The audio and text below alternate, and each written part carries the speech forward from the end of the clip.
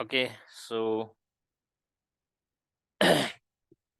आज जो हम टॉपिक पढ़ेंगे वो पढ़ेंगे हम डीएनएस का। ओके, डीएनएस के बारे में पूरी चीज देखेंगे कि भाई क्या होता है डीएनएस और कैसे काम करता है, क्या क्या चीजें होती है इसमें, वो सारी चीजें। तो पहले मैं डीएनएस से शुरू करता हूँ भाई। पहले जो चीज है डीएनएस, ये होता क्या है? डीएनएस जैसा हमें पता है कि भाई ये होता है domain name system. Domain name system,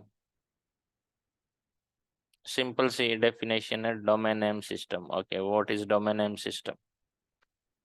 पहली चीज जो हम ये पढ़ रहे हैं ना सीसीएनए का, मैंने कुछ दूसरी तरीके से पढ़ाऊंगा, तो मैंने वो है ना बेसिक कंसेप्ट एक बार साइड में कर दिया। अब हम पढ़ रहे हैं सर्विसेज। बेसिकली क्या है सर्विसेज? सर्विसेज में जो पहली सर्विस पढ़ रहे हैं वो पढ़ रहे हैं डीएनएस, फिर आएगा डीएचसीपी, फिर आएगा एनटीपी। ये कुछ सर्विसेज है, वो पढ़ेंगे हम पहले, उसके बाद वापस आएंगे उसी टॉपिक पे। तो सर्विसेज है, डीएनएस क्या है? एक सर्विस है। क्या सर्विस प्रोवाइड कराता है भाई डीएनएस? डीएनएस जो सर्विस प्रोवाइड वो करवाता है, वो करवाता है नेम रिजोल्यूशन की। Okay, name resolution. What is name resolution? Name resolution क्या होता है? एक सिंपल सी चीज, जैसे लेट्स से आदमी क्या होता है, आदमी नाम याद रख सकता है, but human can not remember. Just hold on moment.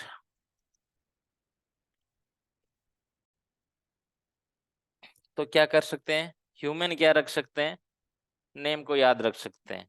Name को मतलब जैसे google.com सबको याद रहता है, जैसे facebook.com, जैसे कुछ भी .com, what ever name you can complete name. जैसे माई I mean suresh.com,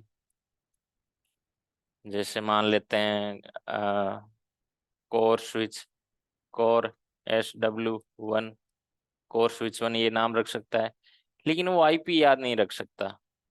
we can not remember numbers. ठीक। और कंप्यूटर किस पे काम कर सकते हैं?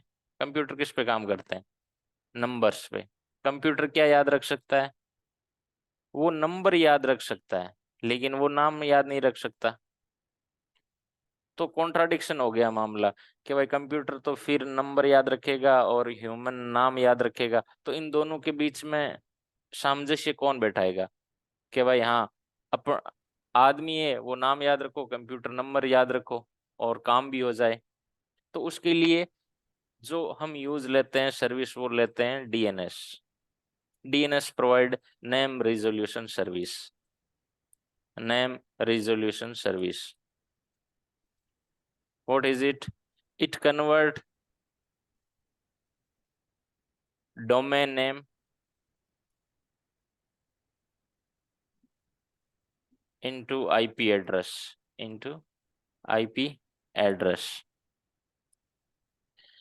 So and vice versa, and vice versa। Vice versa का मतलब क्या हुआ कि भाई डोमेन को आईपी में कन्वर्ट कर देगा और आईपी को डोमेन में कन्वर्ट कर देगा। दोनों काम करता है, इसका मतलब वाइस वर्सा है। ओके, अब तो हम देखते हैं, पीडीएफ खोलते हैं, पहला टॉपिक क्या है। ओके, पहली जो चीज लिखी है कि भाई DNS use port 53 for communication, UDP port 53 for communication. ये जब हम टीसीपी आईपी मॉडल पढ़ रहे थे तब हमने डिटेल में समझा था, पैकेट कैप्चर करके देखा था कि भाई कम्युनिकेशन कैसे होता है। तो कौन सा यूज में लेता है? Just one more minute. Okay, sorry, so disturbance हो तो क्या है, यूज पोर्ट 53 फॉर कम्युनिकेशन। तो ये 53 सोर्स पोर्ट होगा या डेस्टिनेशन पोर्ट होगा?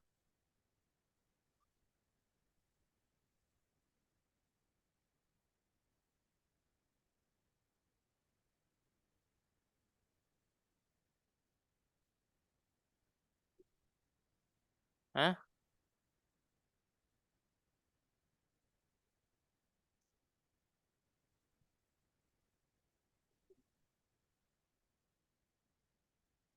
53 क्या होगा? सोर्स पोर्ट तो होगा आपका, कितना हो सकता है? 49,000 से लेके 65,535 तक, राइट। और डेस्टिनेशन पोर्ट होगा ऑलवेज 53। वाई 53 क्यों होगा? Because DNS is well known protocol, and DNS जिस सर्विस प्रोटोकॉल पे काम करता है वो है 53। ठीक, तो सोर्स पोर्ट इनके बीच में होगा रैंडम पोर्ट, एंड डेस्टिनेशन इसमें। अब ये टीसीपी है या UDP? As we know that it is a UDP, it use UDP as it transport. ये तो आपको मैंने पूरा बता दिया होगा डिटेल में, सबको क्लियर है ना? Okay, next point, DNS work as a mediator between computer and humans. A world cannot imagine without DNS service. Right, इसका आपको पता है ना कि भाई हाँ, it's work as a mediator, a service है जो मीडिएटर का काम करती है, किसके बीच में? कंप्यूटर और आदमी के बीच में। कंप्यूटर नेम को नहीं जानता, ह्यूमन आईपी को नहीं जानता। Okay, DNS provide name resolution service, that's okay, that I already covered it.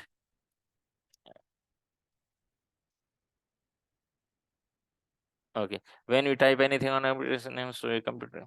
चौथी लाइन, जैसे मान लेते हो मैं ये यहाँ पे कुछ भी लिख देता हूँ, तो क्या ये डीएनएस के पास गया ये रिक्वेस्ट?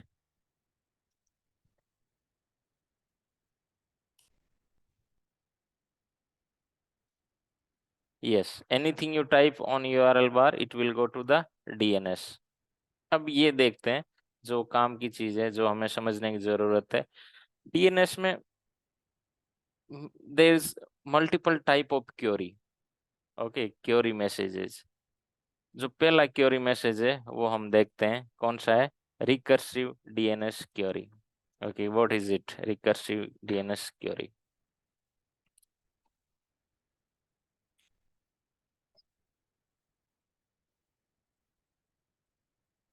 ये क्या होती है? नॉर्मल, आप बोल सकते हो।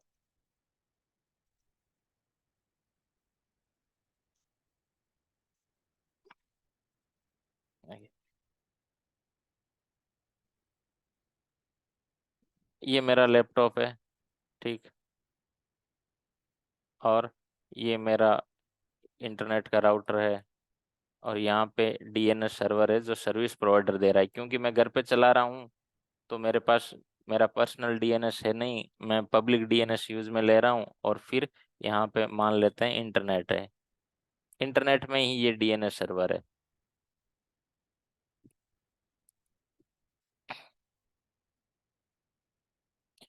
अब जब मेरे क्लाइंट ने जो रिक्वेस्ट भेजी, बोला कि भाई what is IP address, query message भेजा, क्या भेजा? जैसे आपने कुछ टाइप किया, आपने टाइप किया कुछ भी, मान लेते हैं cricket.com, राइट। ये आपने इस ब्राउजर पर टाइप किया, तो आपका कंप्यूटर एक क्वेरी भेजेगा, किसको? जो कंप्यूटर पे आपने डीएनएस सर्वर दे रखा है ना, हर कंप्यूटर के पास डीएनएस सर्वर होता है। अगर डीएनएस सर्वर नहीं है तो वो काम नहीं करेगा। जैसे मान लेते हैं मैं यहाँ पे ऑल कॉन्फ़िगर करता हूँ, तो मैं कुछ भी टाइप करता हूँ तो ये कहाँ पे भेजेगा? मेरे डीएनएस सर्वर के पास, जो कि कौन सा है? ये वाला, राइट। अब मैंने यहाँ पे cricket.com किया, जैसे ही टाइप किया ये क्या मैसेज भेजेगा? क्वेरी मैसेज भेजेगा। किसको भेजेगा? लोकल डीएनएस को, राइट।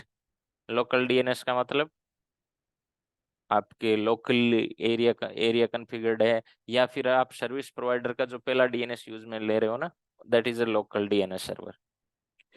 अगर आपका कंपनी चल रहा है, कंपनी है, तो कंपनी में ऑब्वियसली आपका लोकल एरिया नेटवर्क में ही डीएनएस हो सकता है कंपनी ने क्लाउड पे होस्ट कर रखा हो सकता है कंपनी भी पब्लिक डीएनएस सर्वर यूज में ले रही है। अब मैंने टाइप किया तो क्वेरी किसने भेजी? मेरे सिस्टम ने। और किसको भेजी? डीएनएस सर्वर को। इस क्वेरी को बोलते हैं रिकर्सिव डीएनएस क्वेरी। क्या बोलते हैं? Recursive DNS query. किसके बीच में होती है? आपके सिस्टम और लोकल डीएनएस सर्वर के बीच में, system and local DNS server के बीच में। ठीक, कुछ भी आपको सर्च करना हो, cricket.com लिख दिया या instagram.com लिख दिया, facebook.com, anything what ever you type, अगर आपका सिस्टम लोकल डीएनएस को क्वेरी भेज रहा है, वो क्वेरी कौन सी होगी? Recursive DNS query. ऑलराइट, पहले क्लियर है इसमें? ओके, अब देखते हैं दूसरी क्वेरी। यहाँ पे लिखा है देखो, when your browser is looking for DNS resolution then the query between client and server is called recursive DNS query. All right, client कौन हो गया? मैं हो गया, और किसको भेज रहा हूँ? सर्वर को। जो ये क्वेरी जाती है उसको बोलते हैं रिकर्सिव। दूसरा है द इटरेटिव क्वेरी।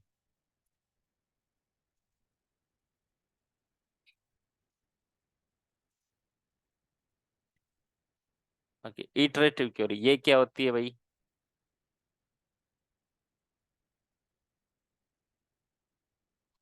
ये होती है, जैसे मान लो आपने क्वेरी भेजी डीएनएस को, लेकिन हो सकता है कभी डीएनएस को भी तो जरूरत पड़े। ठीक है, ये डीएनएस सर्वर है। डीएनएस एक हायरार्की होती है, जैसे मान लो top level domain, root level DNS, top level DNS, ऐसे एक हायरार्की होती है डीएनएस की। ठीक, अब मान लेते हैं जो मैंने ये cricket.com की रिक्वेस्ट भेजी इसके पास, डीएनएस के पास, सपोज करो इसके पास वो मैपिंग नहीं है। क्या नहीं है? मैपिंग। मैपिंग का मतलब IPv4 की मैपिंग डीएनएस के साथ, के भाई हाँ, मैपिंग क्या होती है? एक शीट होती है, मान लेते हैं शीट है कि भाई example.com, इसका आईपी क्या है? 1.1.1। facebook.com, इसका आईपी क्या है? 2.2। इंस्टाग्राम का आईपी क्या है? 3.3। गूगल का आईपी क्या है? 4.4। इस टाइप की मैपिंग होती है। अब जब cricket.com मैंने लिखा, तो उस डीएनएस को उसकी मैपिंग में नहीं मिला वो चीज, कि भाई मैंने सर्च किया cricket.com, इसने अपनी डीएनएस ने अपनी लिस्ट खंगाली पूरी, और इस लिस्ट में उसको नहीं मिला। अब क्या करेगा ये? अब वो दूसरे सर्वर के पास जाएगा। किसके पास जाएगा? रूट सर्वर के पास। अब रूट सर्वर कौन हो गया? जैसे .com हो गए, .in हो गए, ये क्या होते हैं? रूट सर्वर होते हैं। ऑलराइट, अब इसके पास गया कि भाई ठीक है, तो जो ये क्वेरी जाती है ना डीएनएस टू डीएनएस सर्वर, एक डीएनएस सर्वर ने दूसरे डीएनएस सर्वर को रिक्वेस्ट भेजी, वो क्या हो गई? Iterative query. Iterative query. तो दोनों आप में समझ में आ गई। रिकर्सिव डीएनएस क्वेरी, जब आपका क्लाइंट भेजता है डीएनएस को, और डीएनएस आपको रेस्पॉन्ड करता है विथ नेम रेजोल्यूशन। एक दूसरा चीज, कभी कभी डीएनएस को जरूरत पड़ती है कि भाई हाँ मुझे नहीं पता उसका, तो उसका मुझे बताओ कि भाई उसका क्या है। तो उस सिचुएशन में वो क्वेरी होती है इटरेटिव क्वेरी। ठीक, तो दोनों क्वेरी आपको आनी चाहिए, इंटरव्यू में पूछ सकते हैं। और ये जो ट्रबल शूटिंग का काम होता है ना, जैसे अगर आपको नेटवर्क में कभी दिक्कत मिलेगी ना, उसमें 90 तो नहीं, 80% डीएनएस होगा हमेशा। अगर कोई 100 इश्यू आएंगे, उसमें 80 इश्यू डीएनएस से रिलेटेड होते हैं। तो आपको डीएनएस की समझ होनी चाहिए बहुत अच्छी तरीके से। हालांकि ये नेटवर्किंग का इतना गहरा पार्ट नहीं है डीएनएस, लेकिन हाँ, आपको अच्छी तरीके से इसकी अंडरस्टैंडिंग होनी चाहिए कि भाई हाँ, कैसे काम करता है, कोई क्या क्या होता है इसमें। ओके, थर्ड है authoritative DNS query. Okay, authoritative DNS query क्या होता है भाई?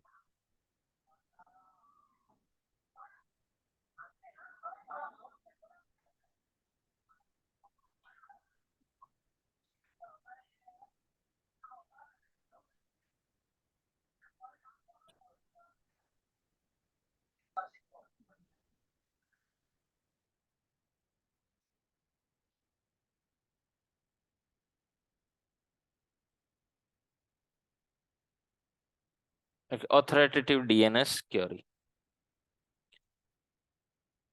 वो सर्वर जो ओरिजिनल होस्ट कर रहे हैं, विच आर होस्टिंग ओरिज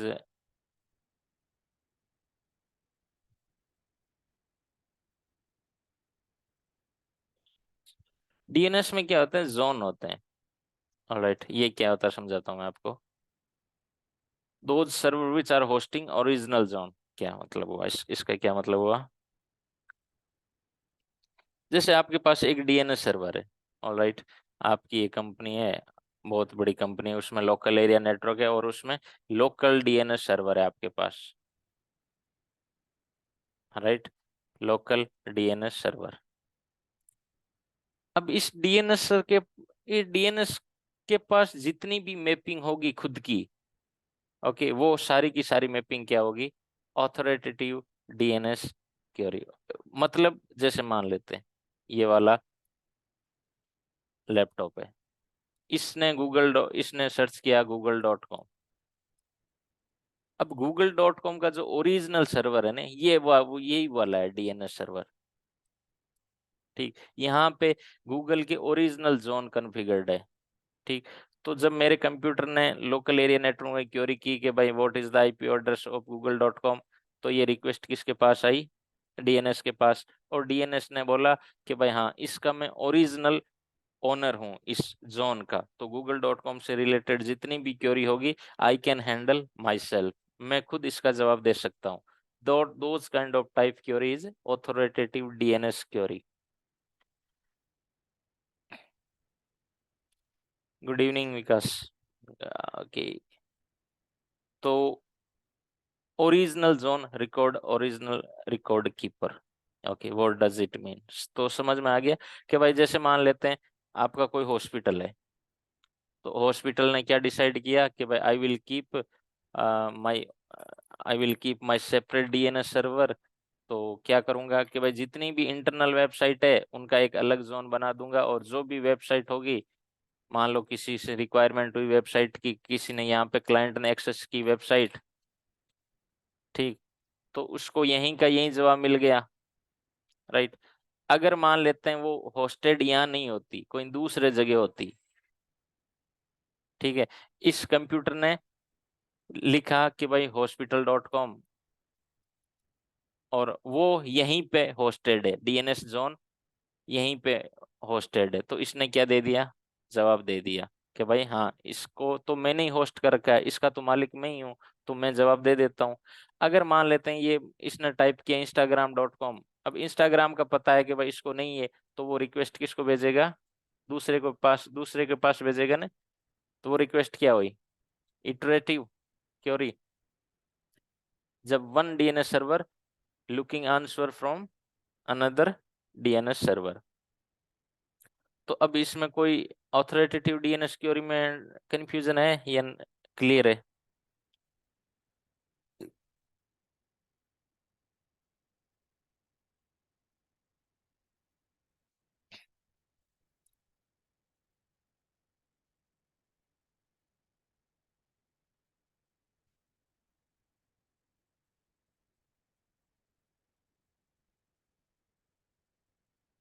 यहाँ पे देखो क्या आ रहा है, नॉन ऑथोरिटेटिव आंसर, इसका क्या मतलब हुआ,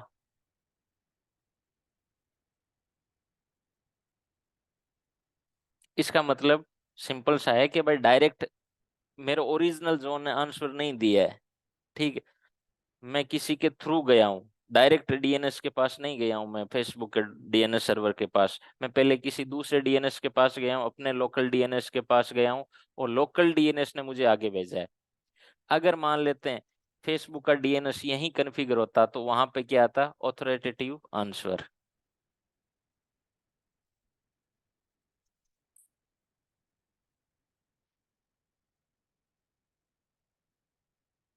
कुछ समझ में आया या नहीं आया ये,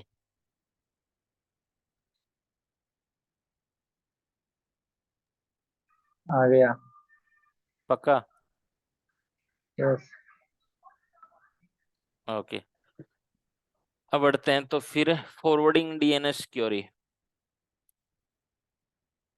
forwarding DNS query same kind of type वही है कि भाई अगर आपके पास ये डीएनएस सर्वर है, इसके पास कोई रिक्वेस्ट आई, ठीक है, एनी कोई रिक्वेस्ट है इसके पास कि भाई what is the IP address. जैसे मेरा यहाँ पे लैपटॉप चला रहा हूँ, मैंने टाइप लिख दिया भाई ESPN.com, ESPN.com। अब ESPN.com की एंट्री मेरे डीएनएस सर्वर के पास नहीं है, लेकिन मैंने क्या फॉरवर्डर कर रखा है, अपने डीएनएस सर्वर को क्या बना रखा है, फॉरवर्डर। फॉरवर्डर का मतलब कि भाई मैंने बोल रखा है कि अगर भाई तुम जवाब नहीं दे पाओ ना, तो तुम इस रिक्वेस्ट को इस डीएनएस सर्वर के पास भेज दो। ठीक, अगर मान लेते हैं ये वाला, मैं अगेन कंप्यूटर रिक्वेस्ट भेजता हूँ डीएनएस के, भाई what is the IP address ESPN, अगर ये जवाब दे देता है तो ठीक है, अगर ये जवाब नहीं दे पाता है तो ये क्या फॉरवर्ड करेगा, आगे फॉरवर्ड करेगा। तो डीएनएस में एक फॉरवर्डर लगा होता है, उसको बोलते हैं हम डीएनएस फॉरवर्ड क्वेरी। नाम से जैसा आपको स्पष्ट है ना कि भाई हाँ फॉरवर्ड करता है क्वेरी को, अगर जिस किसी उसके पास जवाब नहीं मिलता है खुद के पास, then it simply forward to another DNS server.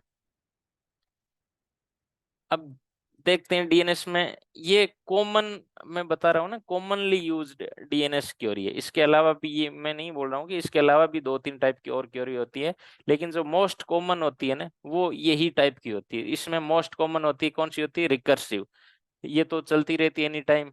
इसके बाद में द इटरेटिव, इसके बाद में ऑथोरिटेटिव डीएनएस, फिर फॉरवर्डिंग डीएनएस क्वेरी। फिर आते हैं कि भाई डीएनएस में क्या क्या रिकॉर्ड होते हैं।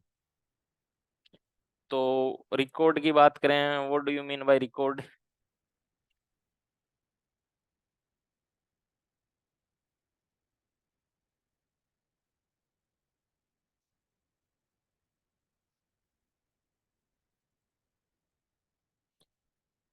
डीएनएस क्या रखता है, रिकॉर्ड रखता है। क्या रिकॉर्ड रखता है, उस ऐसे एक मान लेते हैं, एक बनाता है, लिस्ट बनाता है, ठीक। उस लिस्ट में क्या होता है, एक तो होता है डोमेन नेम और एक होता है आईपी। एक डोमेन नेम लिख दिया, जैसे मान लेते हैं facebook.com, इसका आईपी लिख दिया 4.4.4.4, ये लिख दिया आपने google.com, इसका आईपी लिख दिया 2.2.2.2, राइट। तो जो ये रिकॉर्ड रख रहा है वो कौन सा रिकॉर्ड है भाई, इस रिकॉर्ड को बोलते हैं हम ए रिकॉर्ड, ए रिकॉर्ड एंट्री। ए रिकॉर्ड एंट्री का क्या मतलब हुआ कि भाई मेरा एक डोमेन के साथ IPv4 का आईपी मैच करो, सीधा सा मतलब है IPv4 mapping, IPv4 mapping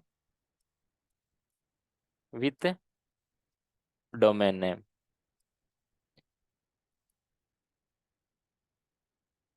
clear. ए रिकॉर्ड डीएनएस में एक टाइप का रिकॉर्ड होता है, उस रिकॉर्ड को बोलते हैं हम ए रिकॉर्ड। ए रिकॉर्ड का क्या मतलब होता है, सिंपल सा मतलब होता है कि भाई मेरे IPv4 के साथ, ध्यान रखना IPv4, इस IPv4 का ये वाला डोमेन नेम है, ठीक। ए रिकॉर्ड। दूसरा रिकॉर्ड होता है 4 टाइम ए रिकॉर्ड।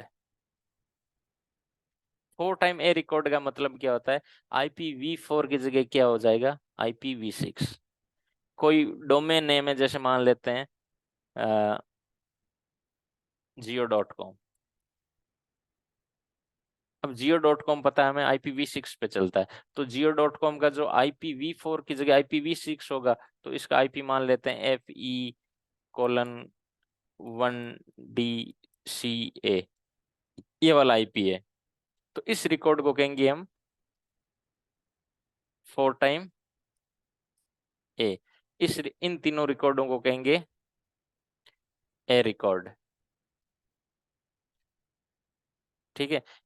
IPv4 के अगेंस्ट डोमेन नेम का रजिस्टर करना या डोमेन नेम की एंट्री ए रिकॉर्ड, IPv6 के अगेंस्ट डोमेन नेम की entry, that is 4 time A entry. Okay, तो इन दोनों के बीच में क्लियर है। सॉरी, यहाँ पे IPv4 की जगह IPv6 करना, मिस्टेक हो गया ये, चलते। तो IPv6 अभी तो हाथ में है, IPv6। ऑलराइट, अब है सी नेम। एक एंट्री और होती है जिसको हम बोलते हैं कैनोनिकल या सी नेम एंट्री। ये क्या होती है भाई? ए रिकॉर्ड हो गया, ये सी नेम, और क्या हो गया?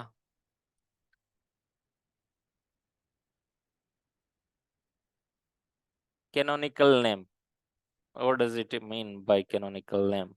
ओके, हो सकता है कि भाई मेरे पास मल्टीपल सर्वर हो, राइट। मेरी कंपनी बहुत बड़ी है, बहुत बड़ी ऑर्गेनाइजेशन है, और मैं रिस्क नहीं ले सकता कि भाई मेरे पास एक ही सर्वर है। तो मैं क्या करूंगा, 4-5 सर्वर रख दूंगा, ताकि कोई एक फेल हो जाए या एक बंद हो जाए, तो इन दोनों के बीच में, इन पांचों के बीच में से पांचों के पांचों एक साथ चलते रहे, राइट। अब पांचों एक साथ तो चल रहे हैं, लेकिन ये पांचों एक साथ यूटिलाइज कैसे होंगे, राइट।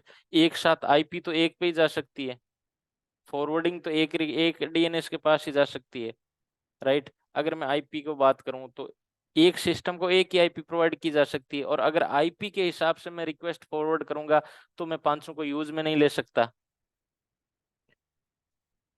राइट। तो मैं क्या करूंगा, एक सी नेम दे दूंगा। इन 500 सर्वरों का नाम दे दिया मैंने, जैसे क्रिटिकल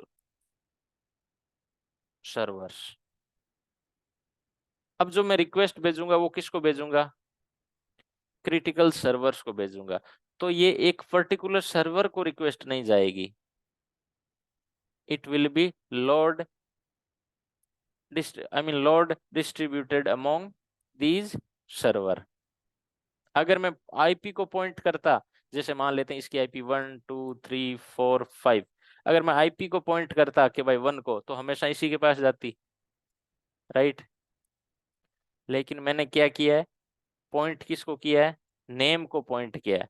तो नेम को पॉइंट किया तो उस नेम के पीछे मल्टीपल सर्वर चल रहे हैं, तो क्योरी क्या होगी, डिस्ट्रीब्यूट होती रहेगी अमोंग दोज मल्टीपल सर्वर्स। अगला है एमएक्स रिकॉर्ड। एमएक्स रिकॉर्ड भी इंपॉर्टेंट चीज है। एमएक्स रिकॉर्ड बेसिकली काम की चीज होती है। एमएक्स ट्रबल शूटिंग के बारे में बहुत काम आती है MX record. MX record basically email server की मैपिंग के काम आता है। ईमेल सर्वर,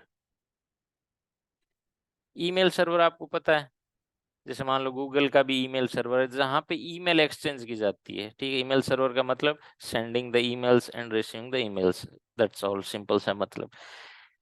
तो ईमेल सर्वर कंपनी के पास मान लेते हैं ईमेल सर्वर भी 4-5 है, राइट। तो एमएक्स रिकॉर्ड ये पॉइंट करता है कि भाई कौन सी ईमेल, कौन सा सर्वर, सॉरी, कौन से सर्वर को मुझे पॉइंट करना है। एमएक्स रिकॉर्ड क्या बताता है, को भाई ईमेल भेजने के लिए मुझे कौन सा सर्वर यूज में लेना है, राइट। जैसे मान लेते हैं कोई ईमेल सर्वर हमेशा कहाँ पे, या तो Office 365 होगा या एक्सचेंज सर्वर होगा। अब Office 365 में मान लेते हैं कि भाई मेरा एक Office 365 का अकाउंट है कि भाई tsin.outlook.com, ठीक। अब ये किसी ना किसी सर्वर के साथ मैप हुआ होगा, tsin.outlook.com।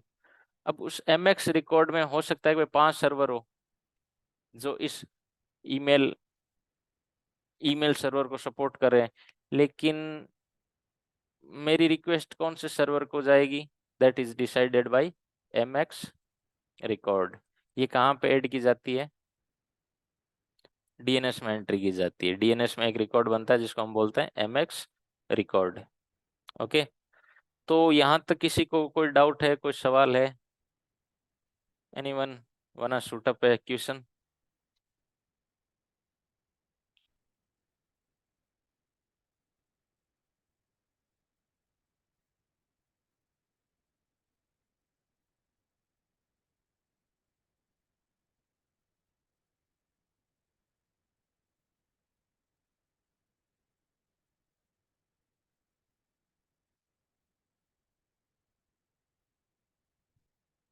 तो क्लियर है, मतलब सबको समझ में आ गया इसका मतलब।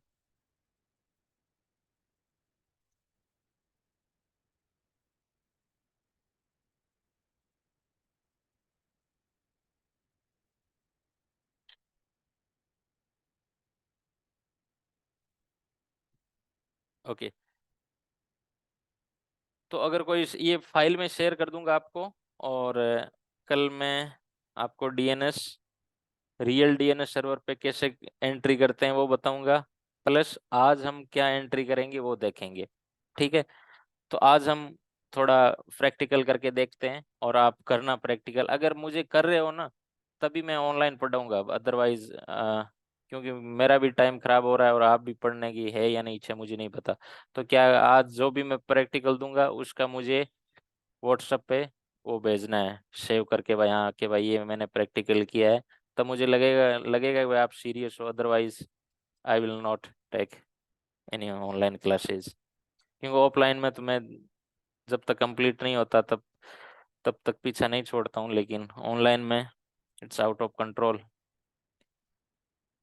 तो देख लेना प्रैक्टिकल कैसे होता है ये। एक पैकेट ट्रेसर है जो सिम्युलेटर सॉफ्टवेयर है, आपको सबको पता ही होगा। ठीक है, इसमें एक डीएनएस की हम एंट्री करके देखते हैं, एंड देन कल हम रियल डीएनएस सर्वर पे करके देखेंगे।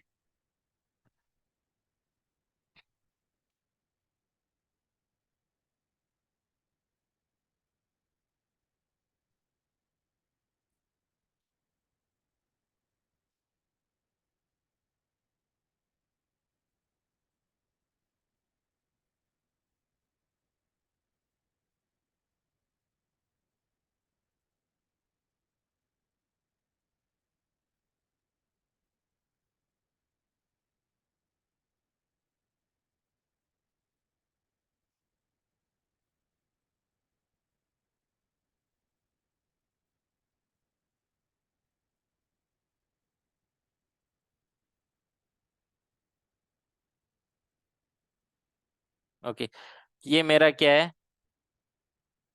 इसको मैं बनाऊंगा मेरा डीएनएस सर्वर, और ये मेरा क्या है, मेरी कंपनी की वेबसाइट है, वेब सर्वर। ठीक, और वेब सर्वर है, तो मैं यहाँ इस कंप्यूटर से मेरे वेब सर्वर को एक्सेस करूंगा, किस नाम से, होस्ट नेम से, जैसे मान लेते हैं tcin.com, इस नाम से सर्च करूंगा। तो पहले तो हम कनेक्टिविटी बनाए इनके बीच में, तो मैं एक दो वीलन बना देता हूँ। ठीक है, एक वीलन तो बना देता हूँ डेटा की, और एक बना देता हूँ सर्वर की।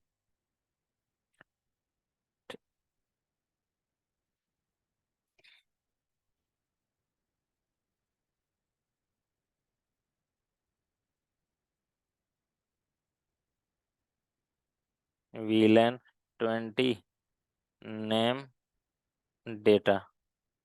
ओके, अब कौन सा interface, VLAN 10, IP address 10.10.10.1, interface वीलैन 20, IP address 20 dot, sorry 10.10.20.1, interface range fast ethernet 0/1 to 2, switch port trunk encapsulation .1 Q, switch port mode, mode trunk. All right, देख लेते हैं शो आईपी इंटरफेस ब्रीफ करके। अब आ गया,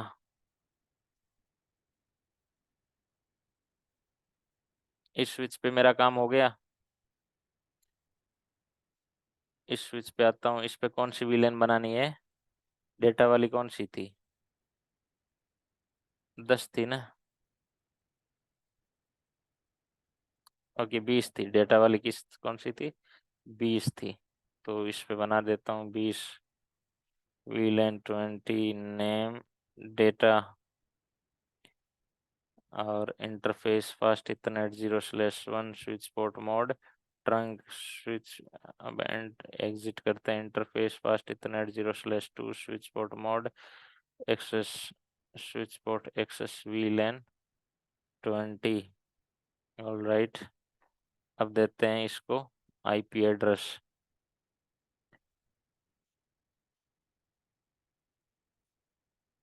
10.10.20.2, 10.10.20.1। Alright,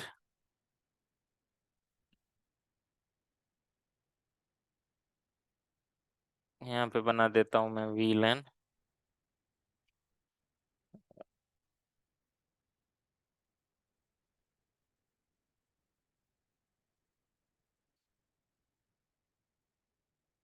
(0/3) switch port mode trunk interface range fast ethernet 0/122 switch port mode access switch port access VLAN 10।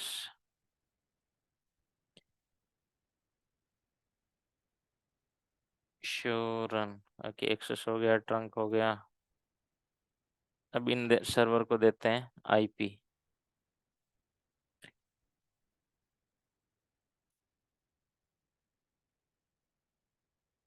क्या देनी है? 10.10.10.2 gateway 10.10.10.1।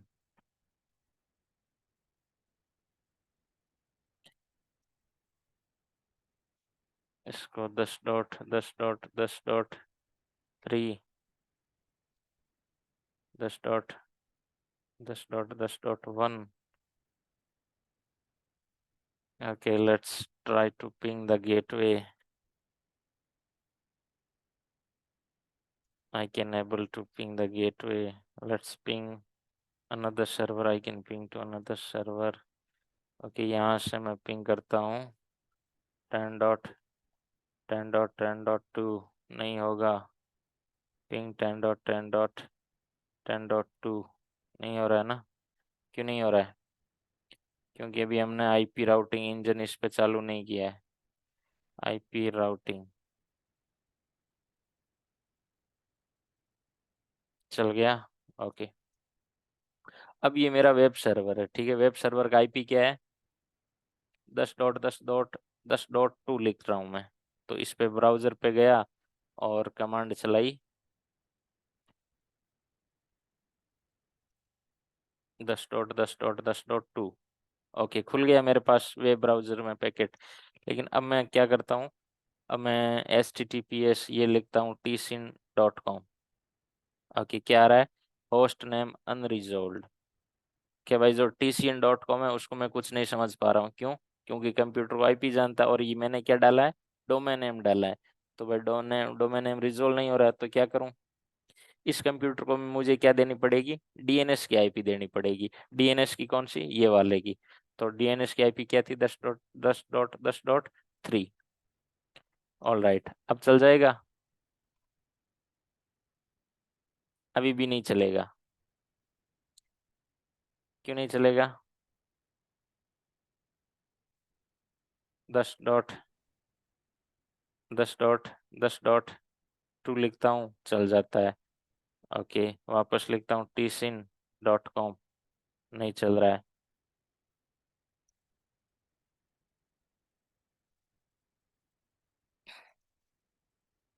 तो क्या करूँ? मुझे DNS में कौन सी एंट्री करनी पड़ेगी? कौन सा रिकॉर्ड एंट्री करनी पड़ेगी?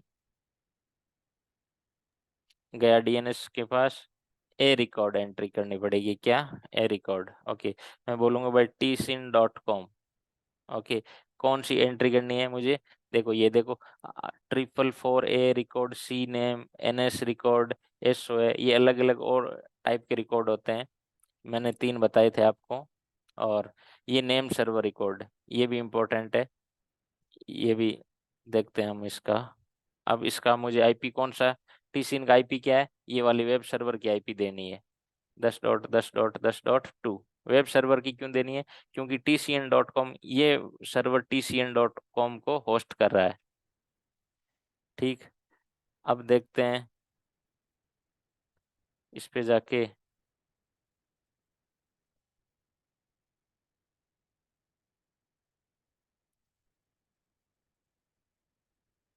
आ गया? चल गया ना अब की बार? अब देखो, कॉपीराइट। कॉपीराइट में क्या चीजें आ रही है? ये वाली आ रही है। ओके, मैं जाके कुछ इसमें वेब पेज में चेंज करता हूँ।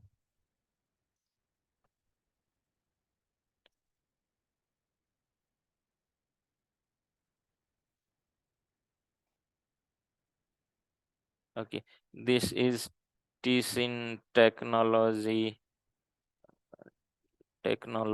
web server. Please do not try to log in unauthorized.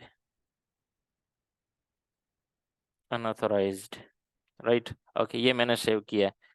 अब ये दिखना चाहिए मुझे, तभी तो होगा कि भाई वेरीफाई होगा कि भाई हाँ हमने जो किया है वो सही चल रहा है।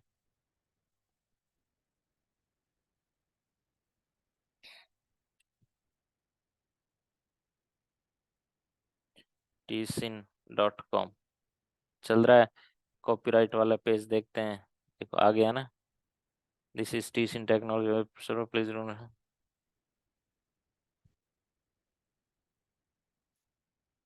ऑलराइट, तो ये वाली टोपोलॉजी आपको करनी है, ठीक है, करके मुझे व्हाट्सएप ग्रुप पे सेंड करोगे। और कोई सवाल है तो पूछो।